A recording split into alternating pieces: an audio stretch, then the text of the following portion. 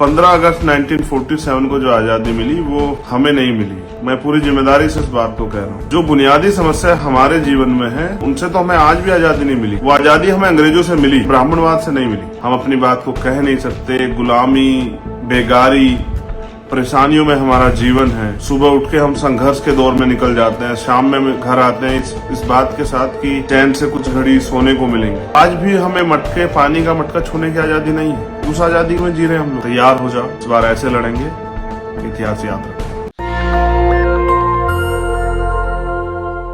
जय भारत, जय संविधान,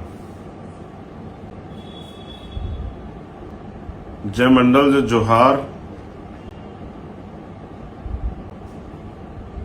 अपनी बात को शुरू करने से पहले, क्योंकि आज एक ऐतिहासिक दिन है,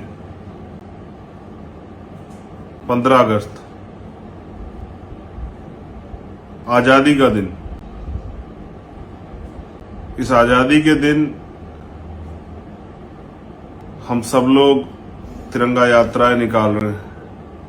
तिरंगे के सम्मान में सलामी दे रहे हैं, अपने क्रांतिकारियों को याद कर रहे हैं, उनके बलिदान को, उनके संघर्ष को याद कर रहे हैं। ये बहुत अच्छी बात है। तो मैं इसमें कोई भी बात अपनी ना रखते हुए सबसे पहले मैं आपको बधाई देता हूं और मंगल कामनाएं, क्योंकि बाबा साहब ने कहा कि हम प्रथम और अंत्य भारतीय होने के नाते मैं आप सबको स्वतंत्रता दिवस की हार्दिक बधाई देता हूं और सभी देशवासियों के लिए मंगल कामनाएं करता हूं। उसके बाद बहुजन समाज में जन्मे सभी संतों, गुरुओं, महापुरुषों को नमन करता हूं, क्योंकि आजादी और आजादी के बाद भारत में जो कुछ बदला है या जो कुछ हमारे हिस्से में आया है वो क्रांतिकारियों, शहीदों और जो हमारे संत, गुरु, महापुरुषों, उनके संघर्ष से हुआ।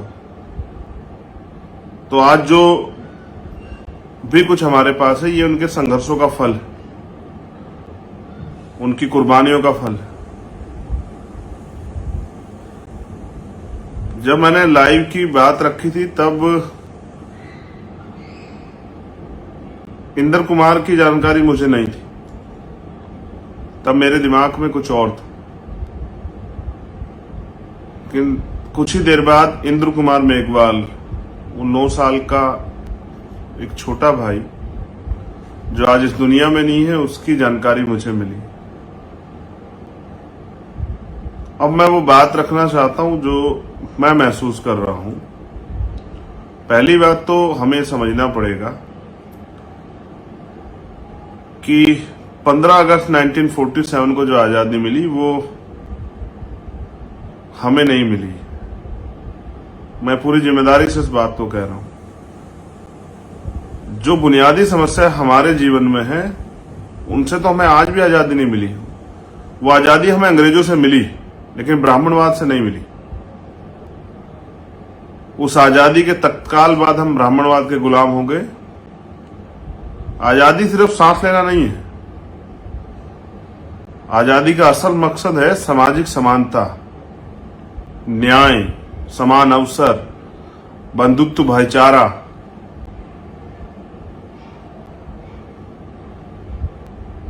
लोगों को के स्वाभिमान, सम्मान की रक्षा, ये आजादी का ही एक हिस्सा है। तो मैं समझता हूं, कहां की आजादी? पहला संदेश मेरा देशवासियों के लिए था, लेकिन दूसरा संदेश मेरा बहुजन समाज के लिए। कौन सी आजादी? वो आजादी जिसमें हमें आज भी लगभग 100 साल पहले बाबा साहब उस मटके को नहीं छू पाए।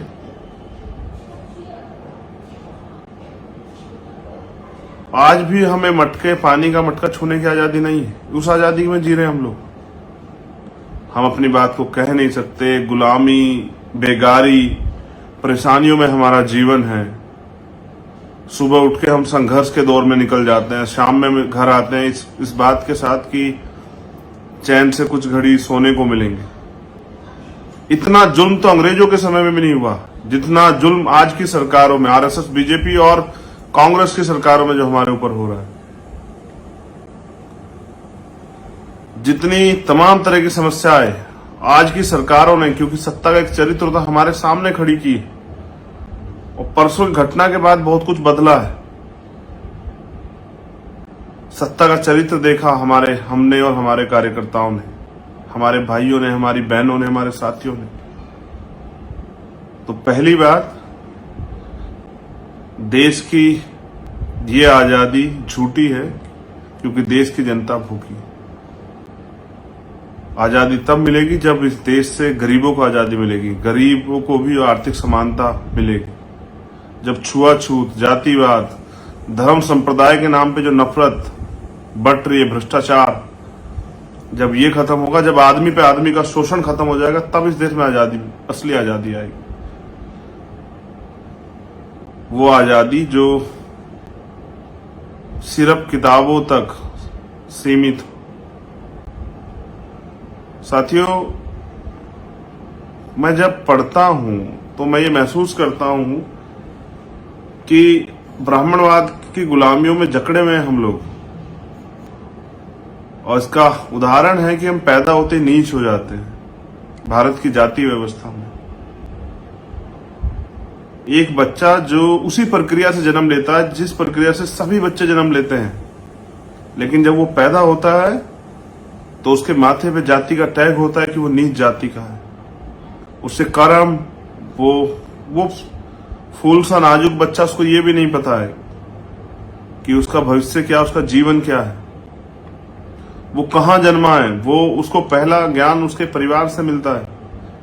उसको ये भी नहीं पता होता क्या खाना है, क्या पीना है। उसको अच्छे बुरे का भी नहीं पता, गर्म ठंडे का भी पता नहीं होता, लेकिन उसको हाँ ये पता होता है भारत में कि वो किस जाति समुदाय में जन्मा है।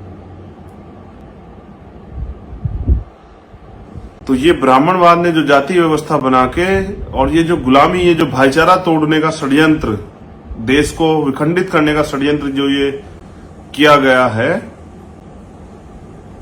उसके कारण आज भी देश में भाईचारा नहीं। हम आजादी तो मना रहे हैं, हम तिरंगा लेके तो घूम रहे हैं, लेकिन हम घूम कहाँ रहे हैं और मना क्या रहे हैं? कहीं हम मजबूर हैं कि हमें आदेश है सरकारी डिपार्टमेंट के, कहीं मजबूर हैं हमें स्कूलों के आदेश है, कहीं मजबूर हैं कि हमें दिखावा करने के लिए आजादी मनानी पड़े। क्या मैं जानना चाहता हूं कि क्या आज से पहले कभी तिरंगे का सम्मान नहीं हुआ देश में? और आज अमृत महोत्सव के नाम पे, कौन सा अमृत महोत्सव जिसमें पीट पीट के हमारी हत्या कर दी जाएगी, उस अमृत महोत्सव की आजादी मनाए हम लोग?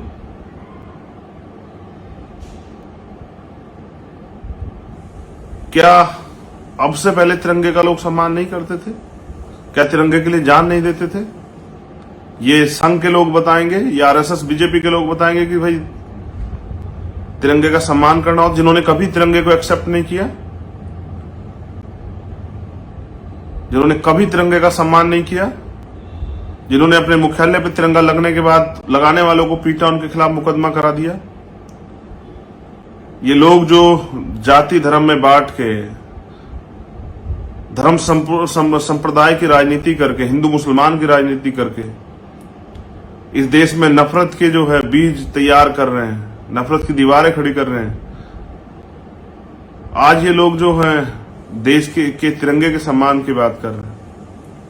इस तिरंगे का सम्मान उन परिवारों से पूछो जिन्होंने अपने परिजनों को खोया है देश की आजादी में भी, और उसके बाद आज भी बॉर्डर पे जो है गंदी राजनीति के जो लोग शिकार होते हैं, जो देश के जवान, उन परिवारों से पूछो कि इस तिरंगे की क्या अहमियत है। आज इस तिरंगे को बाजारू कर दिया गया। कोई तिरंगे को उल्टा पकड़ के खड़ा है, कोई तिरंगे को दिखावा करने के लिए, कोई तिरंगे को अन्य झंडों से नीचे लगा रहा है, कोई कूड़े की ठेली में तिरंगा लेके जा रहा है, कहीं जबरन जिनके पास खाने को रोटी नहीं, जिस देश में प्रति व्यक्ति आय गिर रही हो, वहां 20 रुपए का झंडा लेना आपकी मजबूरी, अगर राशन भी लेना हो। मैं तो गांव देहात से आता हूं, मैंने देखा कि 20 रुपए का झंडा लेना पड़ेगा तब जाके आपको राशन मिलेगा। पुलिस ने कहा कि अपनी ठेली पे, अपनी रिक्शा पे, अपने ऑटो पे, अपनी गाड़ी पे लगाओ झंडा अगर यहां चलानी है तो। ये डरा धमका के आजादी का उत्सव मनाया जा रहा, अमृत महोत्सव मनाया जा रहा सरकारों द्वारा। खैर, इस झूठी आजादी को तो हम लोग, क्योंकि हम देश से प्यार करते हैं, तो इस अन्याय के साथ भी सह रहे हैं। लेकिन जो घटना राजस्थान में घटी, अब उस पर बात करनी बहुत जरूरी।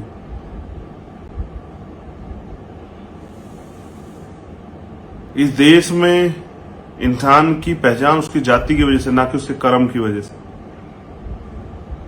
जालोर में जो हुआ, वो 9 साल का बच्चा जिसको ये भी नहीं पता था कि ऊंच नीच क्या होता है और जाति क्या होती है, जाति जन्म से होती है या कर्म से होती है या धर्म से होती है। उसको इसलिए पीटा गया क्योंकि उसका अपराध था, उसने मटकी छुई थी। जब मैंने वो पहली बार उस फोटो को देखा तो मैं सिहर गया। जब मैंने उसकी आवाज सुनी, जब उसके पिताजी उसको एम्बुलेंस में ले जा रहे हैं, उसको आवाज लगाते, कहते हैं कि अगर मेरी आवाज आ रही तो हेलो करके हाथ हिला। जब मैंने उसको देखा तो मैंने महसूस किया कि जिस बच्चे को 9 साल तक उसके माता पिता ने पाला होगा, आज उन पे क्या बीत रही होगी। उस माँ पे क्या बीत रही होगी जिसने अपनी सारी सुख सुविधाएं, अपनी सेहत, सब चीजों को दांव पे रख के उसको जन्म दिया होगा। और वो मर क्यों गया? क्योंकि उसको वो जातिवाद की भेंट चढ़ा। उससे पहले जितेंद्र मेघवाल पाली में वो जातिवाद की भेंट चढ़ा, सिर्फ मूछें रखने की वजह से। ये ब्राह्मणवाद है जो आपको जाति के हिसाब से नीच बना के और आपको, आपके अधिकारों को, आपकी स्वतंत्रता को रोक देता है। और अगर आप जो बुनियादी अधिकार संविधान ने आपको दिया, आप उनका पालन करना चाहो, उनको ग्रहण करना चाहो, उनका आनंद लेना चाहो, तो फिर कुछ लोगों की जातीयता को के दम्भ को जो है ठेस पहुंच जाती है और वो आपकी हत्या करने पर उतारू हो जाते हैं। मैंने एक तोहका मुख्यमंत्री राजस्थान अशोक गहलोत, जो कांग्रेस के मुख्यमंत्री, उन्होंने दिया जब जितेंद्र मेघवाल के परिवार के लिए उन्होंने समान न्याय की बात की। इसलिए मेरी उनसे उम्मीदें खत्म हुई क्योंकि वो झूठ बोलते हैं। लेकिन अब जब इंद्र कुमार की हत्या हुई, उसकी जान गई, 23 दिन तक मुकदमा नहीं लिखा गया, उल्टा दबाव बनाया गया उस परिवार पे। कल जब उनके परिवार के लोग चाहते थे कि उनको समान न्याय मिले जैसा कन्हैया के परिवार को मिला, ऐसा समान न्याय उनके साथ हो, और समाज के लोग भी चाहते थे, तो पुलिस ने उन लोगों को वहां पीटा। सबसे पहले बात करूंगा उसके पिताजी की। उसके पिता को पीटा, उसकी बुआ को पीटा, उसके पिता के भाइयों को पीटा, उसकी मां को पीटा। ये कांग्रेस की, राजस्थान की सरकार का न्याय। मैंने लिखा अपने ट्विटर हैंडल से कि न्याय मांगने पे चमड़ी दलितों की कैसे उधेड़ी जाती थी, ये आप अशोक गहलोत से सीखिए। और उसके पिता, उसके परिजनों को कैसे पीटा जाता है, कैसे न्याय की मांग करने। आपने देखा जाति व्यवस्था का कितना बड़ा असर है कि मुख्यमंत्री हिम्मत नहीं जुटा पाए पुरोहितों के खिलाफ कि वो जितेंद्र के परिवार की मदद करते हैं।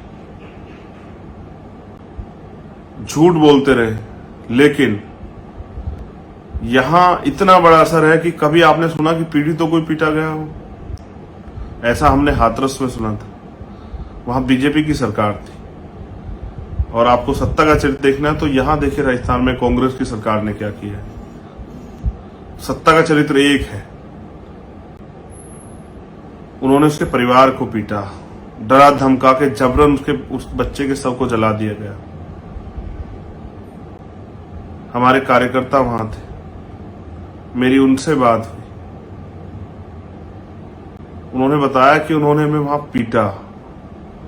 वो निहत्थे थे, इतना पीटा कि उनकी रीढ़ की हड्डी से लेकर उनकी टांगे तक जो है वो तोड़ दी गई। उनकी रीढ़ की हड्डी में चोट। जब अभी मेरी मोतीलाल से बात हुई, उसने मुझे बताया कि भाई उन्होंने मुझे पीटा, लेकिन जब वो मुझे पीट रहे थे तो मुझे आपकी एक बात याद आई जो आपने मुझे 21 जुलाई को राष्ट्रीय अधिवेशन में कही थी सब लोगों को, कि मुझे ऐसे कार्यकर्ता चाहें जो लाठी के आगे भागे ना, उसका डटकर सामना करें। फिर मैं भागा नहीं वहां से। उन्होंने मुझे खूब पीटा। उसके बाद गाड़ी में ले जाकर उन्होंने मुझे पीटा। जब मैंने विरोध किया तो उन्होंने मेरी पलकें उखाड़ने की कोशिश की, उन्होंने मेरी मूछें उखाड़ने की कोशिश की।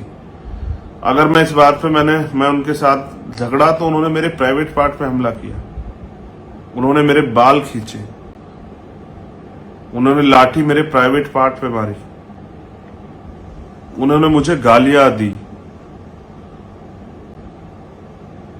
भद्दी भद्दी गालियां दी, उन्होंने बाबा साहब को गालियां दी। और आप जानते हैं मैं झूठ नहीं बोलता। जब मेरी चंदा बहन से बात हुई तो उसने बताया कि भैया मेरी नाक पे चोट लगी, लेकिन हम नहीं भागे। लेकिन चंदा ने मुझसे कहा कि भाई मुझे दुख इस बात का नहीं कि मुझे चोट लगी, लेकिन उसके पिताजी को पीटा गया, उसकी माँ को पीटा गया, बहुत बुरी तरीके से पीटा गया, उनको डराया धमकाया गया। मैंने पूछा कि सब कैसे चला तुम लोग वहां थे, तो कहा कि पुलिस ने हमें उठा लिया और पुलिस ने सब जबरन जलवाया। हमने हाथरस में देखा तो हमने ये भी देखा कांग्रेस के सीनियर नेता वो लड़ रहे थे यहाँ उत्तर प्रदेश में कि नहीं ये अन्याय हुआ है, लेकिन जब वहां आपकी सरकार अन्याय करती है, जब वही जाति आपकी सरकार करती है, तब आपका दलित प्रेम कहां चला जाता है? तब क्यों आप अपने मुख्यमंत्री से जवाब नहीं मांगते? क्यों नहीं पूछते? एक और साथी, जब मैंने उनसे पूछा तो उन्होंने बताया कि उन्होंने हमें जानवरों की तरह पीटा। ये है न्याय के लिए आवाज उठाने का परिणाम, और ये है सेकुलर कांग्रेस की गवर्नमेंट राजस्थान की।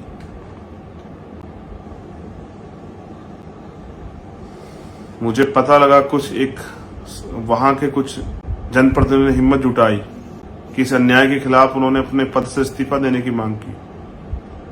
लेकिन मैंने तो कल ये लिखा और मैं ये सोच भी रहा था, मैंने इंटरव्यू में भी कहा कि आप जो नेता वहां कांग्रेस पार्टी और अन्य पार्टियों में हैं, बीजेपी या और पार्टियों में, जो स्पेशली बहुजन समाज के नेता हैं, दलित समाज के नेता हैं, वो गुलाम से बढ़कर क्या है? अगर वो अपने लोगों की आवाज नहीं उठा पा रहे, अगर उनके बच्चों की हत्या हो रही है, वो चुप हैं, तो वो उनकी राजनीति का क्या फायदा है समाज को? क्या वो राजनीति अपने फायदे के लिए कर रहे हैं, समाज के फायदे के लिए?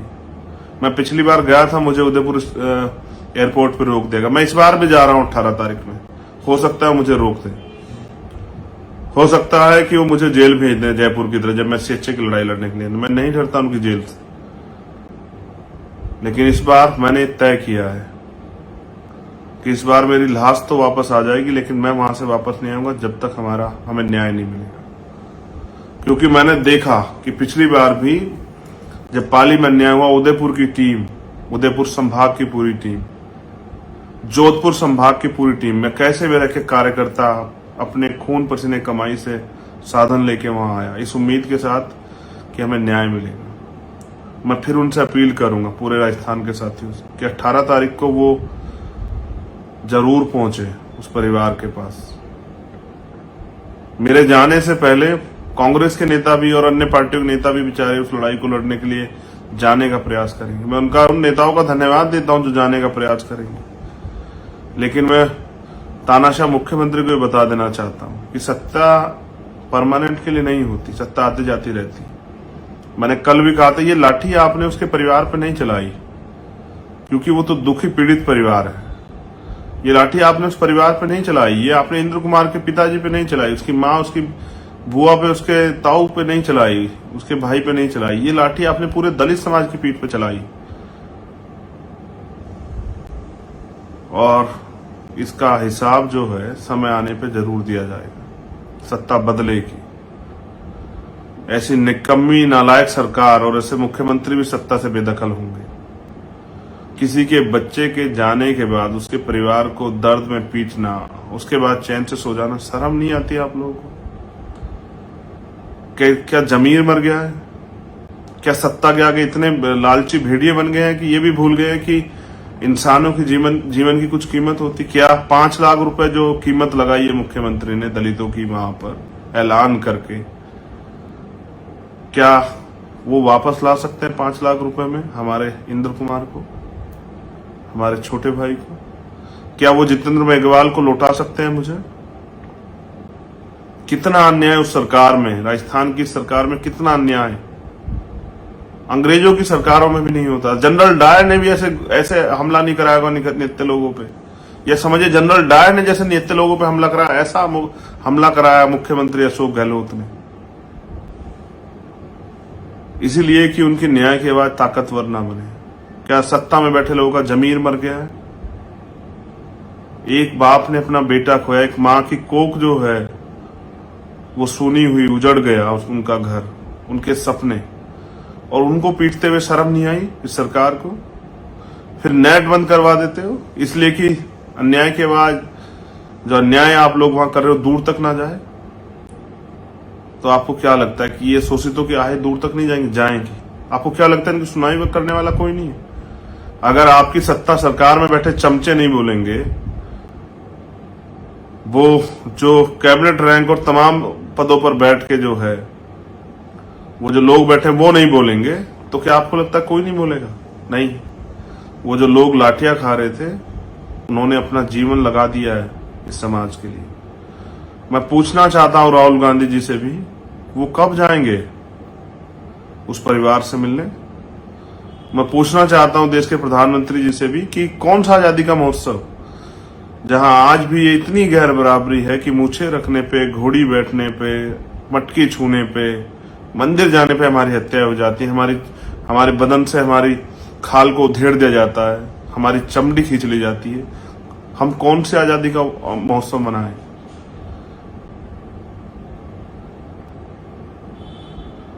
तो मैं तकलीफ में तो हूं, लेकिन मैं जानता हूं कि शोषितों को ये सहना पड़ेगा जब तक वो अपनी आजादी के लिए नहीं लड़ेंगे।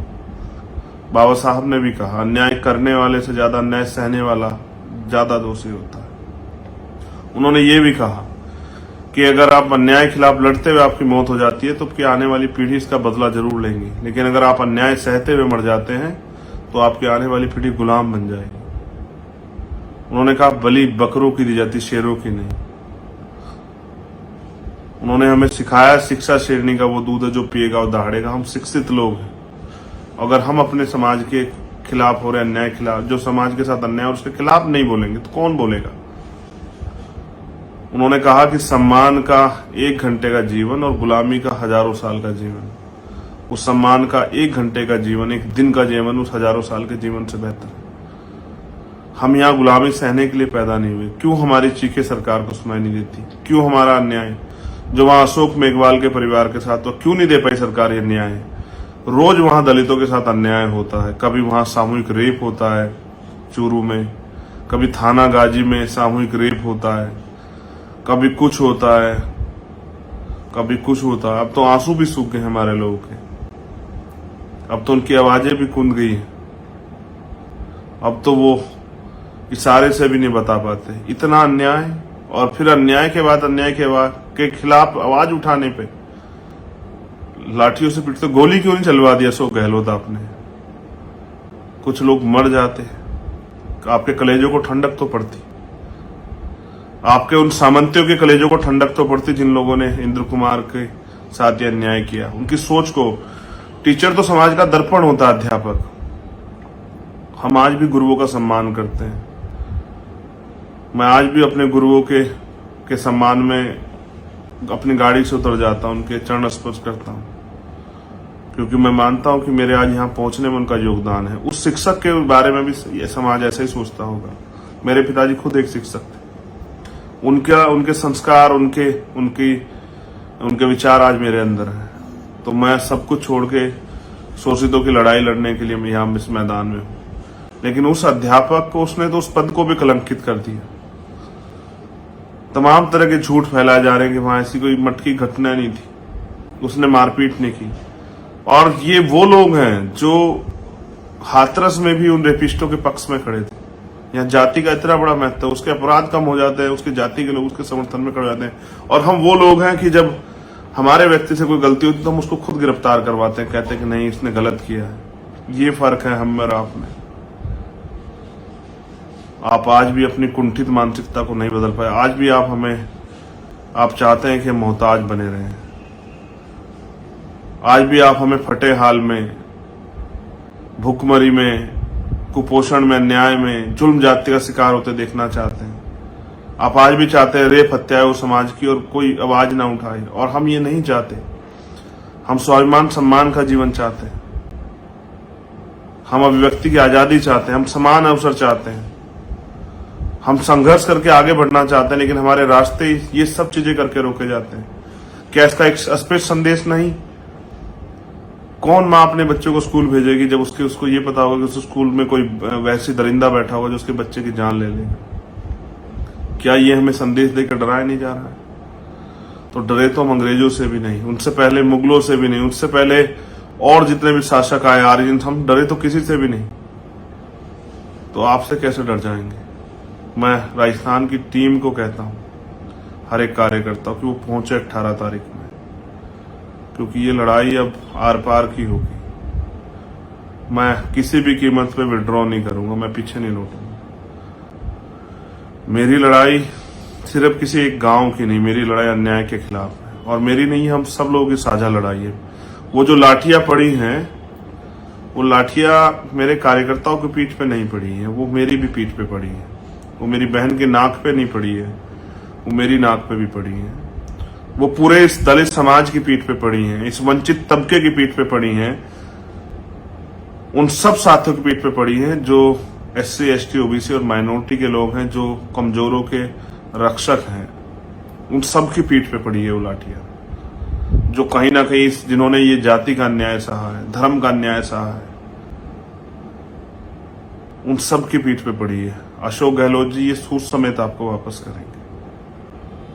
मैं ये भी जानता हूं कि वहां जितना पुलिस फोर्स लगाया होगा सब शेड्यूल कास्ट के मोस्टली लोग होंगे या बैकवर्ड माइनॉरिटी के, कि अगर हम उनके खिलाफ कुछ करें तो वो भी ना कर पाए, कि जाति बीच में आ जाए। लेकिन विश्वास कीजिए अशोक गहलोत जी, जाति बीच में नहीं आएगी। जिन अधिकारियों ने मेरे कार्यकर्ताओं के साथ ये अन्याय किया, मैं उन सबके खिलाफ मुकदमा दर्ज करवाऊंगा। आप वहां से नहीं करोगे थाने से, मैं DGP के दफ्तर के बाहर बैठूंगा जाके। अगर उसने आपका SSP, एडिशनल SP कोई भी शामिल होगा, हम सबके खिलाफ लड़ेंगे। हम आपके खिलाफ भी लड़ेंगे। अगर आप इस अन्याय में के मददगार आप हैं, उनके पीछे आप खड़े होंगे, तो हम आपके खिलाफ भी लड़ेंगे। अगर आप वहां से रोकोगे तो हम जुडिशरी के जरिए लड़ेंगे। और अगर आपको लाठी मारने का इतना शौक है तो मैं भी आऊंगा। आप मारना लाठी, आप लगवाना लाठी। मेरे कार्यकर्ताओं को क्यों पीट रहे हो? मुझे ही पीटो, सीधा एहसास कराओ कि आप हम दलितों की को जो के नेतृत्व खत्म कर देना चाहते हैं। मैं आपके चरित्र को देख चुका हूं, मैं आपकी सरकार के चरित्र को भी देख चुका हूं। मैं पूरे देश में जो सत्ताधारी दल है उनकी सरकारों को, उनके चरित्र को देख चुका हूं। और मैं पूरे देश में जो जुर्म जाति अन्याय होता है दलितों के साथ, आदिवासियों के साथ, पिछड़ों के साथ, मुसलमानों के साथ, जैन, सिख, बौद्ध, पारसी, ईसाई, इन सब के साथ, महिलाओं के साथ, बुजुर्गों के साथ, वो सारा अन्याय हम रोज देखते हैं, क्योंकि एक बहुत बड़े संगठन से हम लोग जुड़े हुए हैं। उसके एक कार्यकर्ता हैं भीम आर्मी भारत एकता मिशन के। लेकिन ये जो अन्याय आपने किया है, ये अन्याय बर्दाश्त नहीं होगा। मैं अपनी बात को खत्म करते हुए अपने राजस्थान के साथियों से कहना चाहता हूं कि इतिहास याद रखेगा, आपकी पीठ पे जो लाठियां पड़ी हैं वो व्यर्थ नहीं जाएंगी। इंद्र कुमार के परिवार को भी और जितेंद्र मेघवाल के परिवार को भी न्याय मिलेगा। मैं दिखाऊंगा आपकी ताकत के आगे ये सत्ता में बैठे हुए लोग उस घर तक जाएंगे, इनके नेता उनके उस घर तक जाएंगे, उन घर के लोगों को बहलाने फुसलाने का काम करेंगे। मेरे जाने खबर से इतने बौखला जाएंगे कि ये वहां जा चक्कर काटते नजर आएंगे। लेकिन याद रखना, इन्हीं की सरकारों में आपके ऊपर ये लाठियां पड़ी, इन्हीं की सरकारों में ये रीट से लेकर तमाम भर्तियों में घोटाले हुए हैं, CHA के साथ अन्याय हुआ है। इन्हीं की इसी सरकार में जो है जितेंद्र मेघवाल के साथ हत्या है, वो झूठ बोला गया कि ये दे रहे हैं, ये कर मांग पूरी करेंगे। वहीं दूसरी तरफ आप देखो किस तरह से जो है अन्य लोगों को मुआवजा और उनकी जो है उनको सुविधाएं दी गई। मुझे उनसे कोई परहेज नहीं, लेकिन अन्याय जब किसी एक के साथ होता है तो, या जब किसी दूसरे के साथ भी होता है तो न्याय का पैमाना एक होना चाहिए। आप 5 लाख रुपए में हमारे भाई की, हमारे बेटे की जान को खरीदना चाहते हैं। बाबा साहब ने हमें वोट दिया है, हम देंगे जवाब इस बार। मैं आप सबसे अपील करूंगा कि आइए, उदयपुर, जोधपुर, पाली, जालोर, तमाम जो साथी हैं, पूरे राजस्थान के साथियों से मेरी अपील है कि पहुंची और इस बार इतनी ताकत से लड़ेंगे कि सत्ताधारी दल को भी हमारी लड़ाई पर नाज होगा। उनको भी ये समझ आएगा कि हम राजनीतिक कम सामाजिक ज्यादा हैं, और सत्ता में जो लोग बैठे हैं वंचित वर्ग के, उनको भी समझ आएगा कि उनके लिए सत्ता महत्वपूर्ण है और हम लोगों के लिए न्याय महत्वपूर्ण है, हमारे लोगों की जान महत्वपूर्ण है, उनके अधिकार महत्वपूर्ण है, उनकी रक्षा सुरक्षा महत्वपूर्ण। आप सबसे मुलाकात होगी 18 तारीख में। जय भीम, जय भारत, जय मंडल, जोहार और जय संविधान। हम इस देश की भी रक्षा करेंगे और बहुजन समाज की भी रक्षा करेंगे, और हम घुटने नहीं टेकेंगे। अगर गोली भी खाएंगे तो सीना तान के खाएंगे, पीठ नहीं दिखाएंगे, लेकिन अन्याय बर्दाश्त नहीं करेंगे, गुलामी, जुल्म, जाति बर्दाश्त नहीं करेंगे। अगर प्रधानमंत्री कर सकते हैं तो कीजिए ना जातिवाद का अंत इस देश से, कीजिए ना छुआछूत और भेदभाव का अंत। और 72 सालों में दिया क्या आपने हमें? गालियों के अलावा, दुर्भावना के अलावा, अपमान के अलावा, और रोज हमारे रास्ते को रोकने के लिए हमें इन सब चीजों में उलझाने के अलावा। समय बदलेगा और हम ये भूलेंगे नहीं। धन्यवाद, आप सभी के लिए मंगल कामना है। और उन दो साथी जो लड़े हैं उनसे मैं कहना चाहूंगा, हिम्मत मत हारना मेरे साथी, हिम्मत मत हारना। लड़ाई तो अभी शुरू हुई, हमें भी आजादी चाहिए। ब्राह्मणवाद से, छुआछूत से, जातिवाद से, आर्थिक गैर बराबरी से, सामाजिक अन्याय से, सामाजिक गैर बराबरी से, कोलोजियम से, हमें भी इस अन्याय और जो समान अवसर के सिद्धांत के खिलाफ है, हमें भी उससे आजादी चाहिए। और हमें इस जो जुल्म जाती है, अत्याचार, उनसे भी आजादी चाहिए। मगर ये मांगने से नहीं मिलेगी, इसकी कीमत चुकानी पड़ेगी, उसके लिए लड़ना पड़ेगा। तैयार हो जाओ, इस बार ऐसे लड़ेंगे कि इतिहास याद रखे। धन्यवाद। जय भीम, नीला सलाम। नेशनल दस्तक की आपसे गुजारिश है कि अगर इसको बचाना चाहते हैं तो नेशनल दस्तक को सब्सक्राइब करने के लिए रेड कलर के सब्सक्राइब बटन को दबाएं, फिर बेल आइकन की घंटी दबाएं। नेशनल दस्तक को बचाने के लिए बहुत जरूरी है कि हर खबर को शेयर करें, लाइक करें, कमेंट जरूर करें।